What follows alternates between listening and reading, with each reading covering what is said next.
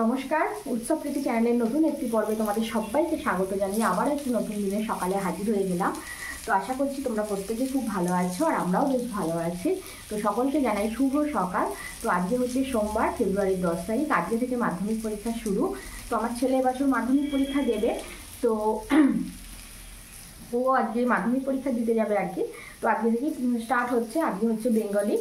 আর এখন রান্নাবান্না আমি স্টার্ট করে দিয়েছি, কিন্তু ও ভাত খেয়ে যাবে না, ও যাবে মুড়ি খেয়ে। কারণ বলছে যে মা ভাত খেয়ে যাবো না, ভাত খেয়ে গেলে একটু একটু ভাত খেলে যেমন হয় আর কি, একটু শরীরে দমে সময় হয় আর কি। তো তার জন্য ও আর ভাত খেয়ে যাবে না, ও বললো যে আজকে মুড়ি খেয়ে যাবে। তো তার জন্য করেছি আলুর তরকারি। আর আমাদের রান্নাবান্না করছি, তোমাদের দাদাভাইও তো ডিউটি যাবে, মানে কাজে যাবে আর কি। তো ছেলেকে পরীক্ষা সেন্টারে পৌঁছে দেবে। তো আমাদের বাড়ি থেকে প্রায় 2 কিলোমিটার মতো হবে আর কি পরীক্ষা সেন্টার। তো তোমাদের দাদা আজকে ওকে একটু ছেলেকে দিয়ে আসবে, দিয়ে এসে তারপরে যাবে ডিউটি। একটু দেরি করেই যাবে। তো এই হচ্ছে ব্যাপার। রান্নাবান্না করছি, তো তোমাদের দেখাচ্ছি কী দিয়ে কী রান্নাবান্না করছি। রান্না করছি তো লঙ্কা দিয়ে একটা ঝাঁজ উঠছে। তো চলো তোমাদের দেখাই কি রান্নাবান্না হচ্ছে আজকে। তো আজকে রান্না হবে হেলেঞ্চা শাকের ডালনা। এই হেলেঞ্চা শাক পেটের মধ্যে কোটা আছে, বেগুন, তারপরে মটরশুঁটি, এই সমস্ত দিয়ে, একটু বড়িও ভেজে নিয়েছি, এই সমস্ত দিয়ে হবে হেলেঞ্চা শাকের ডালনা। আর হেলেঞ্চা শাকের ডালনার জন্য আলুটাও ভেজে নিচ্ছি। আর এখানে করেছি তোমার আলু ভাজা করেছি, আর এখানে আলুর একটু তরকারি করেছি। ছেলে মুড়ি দিয়ে খেয়ে যাবে আর কি পরীক্ষা দিতে, আমাদের দাদাভাই নিয়ে যাবে। তো এই হচ্ছে রান্নাবান্না। ফ্রিজে মাছ আছে, মৌরলা মাছ, হচ্ছে টক হোক ঝাল হোক যাকে কিছু করবো। আর দেখি একটু চাটনি করার ইচ্ছা আছে, কত দূর কী করে উঠতে পারি। তো চলো সাথে থাকো, দেখতে থাকো, আশা করি ভালো লাগবে। আর এদিকে মা খাওয়া দাওয়া করতে বসে পড়েছে। তো মা তো ওদিকে খাওয়া দাওয়া করছে, খাওয়া দাওয়া করেনি কারণ অলরেডি 9:30 বেজে গেছে। আর আমি কি খাচ্ছি না, একটা কুল খাচ্ছি। আর দেখো না, এখানে কুল রেখে দিয়েছি, ওই যে দেখতে পাচ্ছ ওই থালাটার মধ্যে। তো কুল দিয়ে একটু, আর ওই রাঙালু দিয়ে, রাঙালু এখানে কুকারে সিদ্ধ বসিয়েছি, একটু চাটনি বানাবো। তো তার জন্য তোমাদের দাদাভাইয়ের খাওয়া হয়ে গেছে, মা আমি এইসব খাবো, ছেলেটা দুপুরে খাবো। তো কি মনে হলো একটু কুল দিয়ে চাটনি বানাই রাঙালু দিয়ে। তো রাঙালুটা না খারাপই হয়ে গেছে, একটা রাঙালু ছিল আর কি, খারাপই হয়ে গেছে, অর্ধেকটা মতো খারাপ হয়ে, ভিতরটা না কীরকম খারাপ হয়ে গেছে। তো সেইগুলো বাদ দিয়ে একটু বাইরের দিকটা একটু অল্প বেরিয়েছে, তো সেই দিকটা দিয়ে আর কি ওই একটু চাটনি করছি। তো চাটনিটা করে দিলে আমার রান্নাবান্না হয়ে যাবে। তো চলো এবার চাটনিটা করি। একটু তেল দিয়ে দিই, অল্প করে তেল দিয়ে ফুলটা একটু ভেজে নিই, আর রাঙালুটা সিদ্ধ হয়ে গেলে দিয়ে দেবো।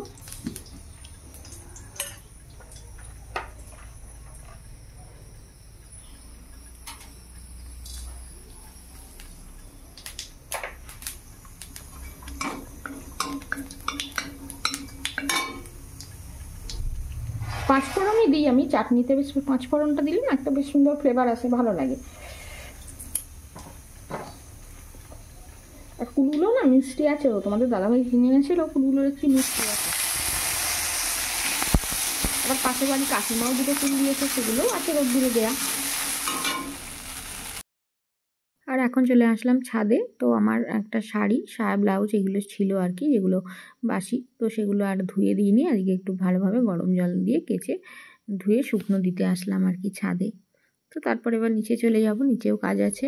তো চলো শাড়ি কাপড়গুলো তো শুকনো দেওয়া হলো, এবার নিচের দিকে চলে যাই। আমাদের দাদাভাইয়ের আবার জামা প্যান্টগুলো আছে, সেগুলো আবার একটু মেখে দিতে হবে। আর আজকে এত হনুমান এসেছে গো সকাল থেকে, বলার কথা নয়। পুরো একদম 20-25টা একটা মানে হনুমানের দল আছে, 20-25টা হনুমান আছে আর কি তাতে। তো সেই দলটা সব এসেছে জানো। একটু কিছু দরজা গেট কিছু খুলে রাখার উপায় নেই, না ছাদের সিঁড়ির দরজাটা খোলা থাকলে একটু রোদ্দুর ঢোকে, ভালো লাগে। তো এরকম হচ্ছে ব্যাপার, খুলে রাখা যাচ্ছে না জানো। আর তোমাদেরকে তো বলাই হয়নি জানো, উৎসবকে যখন সকালে এই পরীক্ষা দিতে গেলাম, এবার দিতে গেছি রাস্তার ধারে, তোমাদের দাদাভাইও গেল, দাদাভাই দিতে গেল আর কি। তো দাদাভাই গাড়িটা ঘোরাচ্ছে আর কি, তখন এবার আমি আবার রাস্তার দিকে পাকা করে গেলাম। দেখি একটু, আমাদের বাড়ির সামনেই পাকা রাস্তা, তোমরা দেখেইছো। তো গিয়ে দাঁড়িয়ে আছি, আমার জেঠুর ছেলে মানে আমার দাদা আর কি, মেজদা, মানে বড় জেঠুর 2 ছেলে, বড়দা মানে বড় জেঠুর বড় ছেলেকে বড়দা বলি আর ছোটো ছেলেকে মেজদা বলি আর কি। তো মেজদা দেখছি ওই রাস্তার ধারে গাড়ি নিয়ে দাঁড়িয়ে আছে, হেলমেট পরে আছে, তো আমি চিনতে পারিনি জানো। তো তারপরে এবার ও আমার মুখের দিকে দেখছে, আমি যে কে রে বাবা, এই লোকটা বারবার আমার মুখের দিকে দেখেই যাচ্ছে একভাবে। তারপর যখন হেলমেটটা খুললো তখন চিনতে পেরেছি। তারপরে এবার বারবার বললাম যে আসতে বাড়িতে। তো না ওই জমি মিউটেশন, জমি রেজিস্ট্রেশন এই সমস্ত কাজকর্ম করে আর কি। তোকে বললাম বারবার যে চল আমাদের বাড়ি। দাদাদের তুই বলি, খুব বেশি আমরা বয়সের ডিস্টেন্স নয় তো, 2-1 বছর করে সব ছোটো বড়ো আর কি। আমার অনেকগুলোই দাদা, 4টে দাদা, মানে কাকা জ্যাঠার ছেলেরা আর কি। আমার তো নিজের ভাই নেই, তোমরা তো জানো। তো অনেকবার করে বললাম যে দাদা আমি পাশের সাথে কথা বলছি, পাশের বাড়ি দেও। তো বললাম যে চল আমাদের বাড়ি, ও এলো না, বললো না বোন ভাগনা তারপরে ভগ্নিপতি সবার সঙ্গে যখন দেখা হয়ে গেলো আর বাড়িতে যাবো কেন, আর যাবো না, আমার কাজ আছে। ও এখানে একটা কাজে এসেছিলো আর কি, ওই তো জমি রেজিস্ট্রেশনের কাজ করে বললাম, তো ওই কাজে এসেছিলো। আবার ও বলরামবাটি বলে আর আমাদের আর একটা মানে কমারকুণ্ডুর পরে স্টেশন হচ্ছে বলরামবাটি, তো ওখানে আর একটা মানে ও কাজ আছে আর কি, তো ওখানে যাবে বলে আবার আর এলো না বাড়িতে, চলে গেল, বললো পরে আসবো। এই হচ্ছে ব্যাপার। তো বোনের বাড়ি থেকে মানে বাড়ির কাছে এসেও দাদা আসলো না আর কি, আসতে পারলো না, কাজের প্রেশার আছে তার জন্য। এটাই হয় তাই না। আর আমার বাপের বাড়ি না, আমাদের বাড়ির কাছ থেকে আর কি, বাড়ি থেকে ওই খুব বেশি দূর না গো, ওই খুব বেশি দূর না বলতে বাইকে তোমার ওই 45 মিনিট এরকম লাগে আর কি, মানে আর গ্রামের ভিতর দিয়ে গেলে, আর পুরো রাস্তাটাই গ্রামের ভিতর দিয়ে যাওয়া, রোড দিয়েও যাওয়া যায়, হাই রোড দিয়ে, তবে হাই রোড দিয়ে তোমাদের দাদাভাইকে বলেই যাবেন করবে না, আমরা ভেতর দিক দিয়েই যাওয়া আসা করি। তো অনেক দিন বাপের বাড়ি যাইনি, সেই আশ্বিন মাসে দুর্গাপুজোয় গিয়েছিলাম, ছেলের পড়া পরীক্ষা এই সমস্ত সব কিছু নিয়ে ব্যস্ত। আবার মা তো হাত ভেঙে ফেলেছিল, আমাদের বাড়ি এসেছিলো, তোমরা তো দেখলে। তারপরে যাবো, বাবুর পরীক্ষাটা হয়ে যাক, পরীক্ষা হয়ে গেলে যেতে হবে। কারণ কি বলো তো, মায়ের না, আমাদের বাপের বাড়ি সব জয়েন্ট ফ্যামিলি মানে কি, মানে আলাদা রান্নাবান্না হয় কিন্তু সবাই এক বাড়িতে থাকে। তারা কিছু কিছু হয়তো রান্নাবান্না করে দিল, বাই করে দিল, কাপড় জামা কাচা, এগুলো তো মা কাউকে বলতে পারবে না, বলো এগুলো কি বলা যায়, তাদেরও তো কাজ আছে সংসারে। তো মা বললো যে দেখ আমার কাপড় জামাগুলো ভীষণ ময়লা হয়ে গিয়েছে। আমি বললাম তাহলে এক কাজ করুন, আপনি ওগুলো রেখে দিন, অন্য তো আছে, অন্য বার করে পড়ুন, অন্য বিছানার চাদর বিছানায় পেতে মানে শোবেন আর কি। তো আমি বাবুর পরীক্ষা না মিটলে তো যেতে পারবো না, বাবুর পরীক্ষা মিটুক তারপর আমি যাবো। গিয়ে আমি সব কাছাকাছি সমস্ত কিছু, মায়ের ঘর ঝাড়পোছ করা সব কিছু গিয়ে করে দিয়ে আসবো। আর এমনি মায়ের বয়স হয়ে গেছে তো পারে না, আমি যখন যাই তখনও মানে পুজোর সময় মনে করো দশমীর দিন গেছি, দশমীর দিন মানুষের ঘর বাড়ি পরিষ্কার করতে নেই, তার আগেই করে নিতে হয়। কিন্তু কী করবো, মা পারেনি, তারপরে মাকে জমিতেও মাঝে মাঝে যেতে হয়, একটু জমিতে চাষবাস করে আর কি। বাবাও পারে না, বয়স হয়ে গেছে, মা বাবা দুজনে গিয়েই একটু চাষবাস করে। তো এবার মা পেরে ওঠেন, আবার বাড়ির কাজকর্ম সব কিছু পারে না। দেখছি গিয়ে দশমীর মানে দুর্গাপুজো দশমীর দিন গিয়ে দেখছি মায়ের ঘরে প্রচুর পরিমাণে ঝুল হয়েছে। আবার কি করব, ওই দশমীর দিনে আমাদের মানে তোমাদের দাদা বকছে যে দশমী আজকে কি কেউ ঘর বাড়ি পরিষ্কার করে নাকি, কিন্তু কি করব বলো, মা পেরে ওঠেনি। এবার মায়ের গিয়ে অত ঘর বাড়িতে অত মানে ঘরে অত ঝুল হয়েছে নোংরা, সেটাও একটা দেখতে কেমন লাগে। আবার ঘর দূর ছেড়ে মা এদিকে রান্নাবান্নার কাজে ব্যস্ত ছিল, জামাই গেছে রান্নাবান্না করছে, আর আমি ঘর দুয়ার সমস্ত কিছু ঝেড়ে পরিষ্কার করে বেড কভার সমস্ত কিছু কাঁচা ধোয়া করে আর করে দিয়ে তারপরে এসেছিলাম জানো। এই হচ্ছে ব্যাপার। তো মা না পারলে কী হবে, মেয়েদেরকে তো গিয়ে করতেই হবে, তাদের যেহেতু ছেলে বউ কেউ নেই, মেয়েদেরই দায়িত্ব তাই না। তো চলো, অনেক কিছু কথা বলা হয়ে গেল, বকবক করতে থাকলে করতেই থাকবো, পরে সব কিছু জানতে পারবে, ক্রমশ প্রকাশ্য সব কিছু একবারে বলে দেবো না, তাই না। চলো এবার তোমাদের দাদাভাইয়ের জামা প্যান্ট আছে সেগুলো ভেজাবো, কাচবো।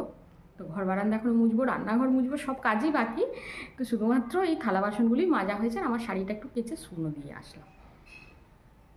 ঘর বারান্দাগুলো মুছবো, তো তার আগে ঘর বারান্দাগুলো ভালোভাবে ঝাঁট দিয়ে নিলাম। তো দিয়ে এবার উঠানটাও ভালোভাবে ঝাঁট দিয়ে নিচ্ছি, না হলে এই ধুলোগুলো না ঝাঁট দিয়ে নিলে পায়ে পায়ে আবার সেই বারান্দার উপরে উঠবে আর নোংরা হয়ে যাবে আর কি ঘর বারান্দা। তো তার জন্য আগে উঠোনটাও ঝাঁট দিয়ে নিচ্ছি। তো মোছামুছি করবার আগে ভাবলাম যে তোমাদের দাদার যে জামা প্যান্টগুলো আছে তো সেগুলো একটু ডুবিয়ে দিই আর কি, সার্ফ দিয়ে। তো তার জন্য আবার একটু ডুবিয়ে দিতে চলে আসলাম, তারপর মোছামুছি করব। অবশেষে চলে আসলাম ঘর মুছতে। তো এবার এক এক করে ঘরগুলো মুছে নিই। ঘরগুলো মুছতে তো অনেকটা সময় লেগে যাবে, প্রায় 1 ঘন্টার কাছাকাছি সময় লেগে যায় এতখানি ঘর বারান্দা মুছতে।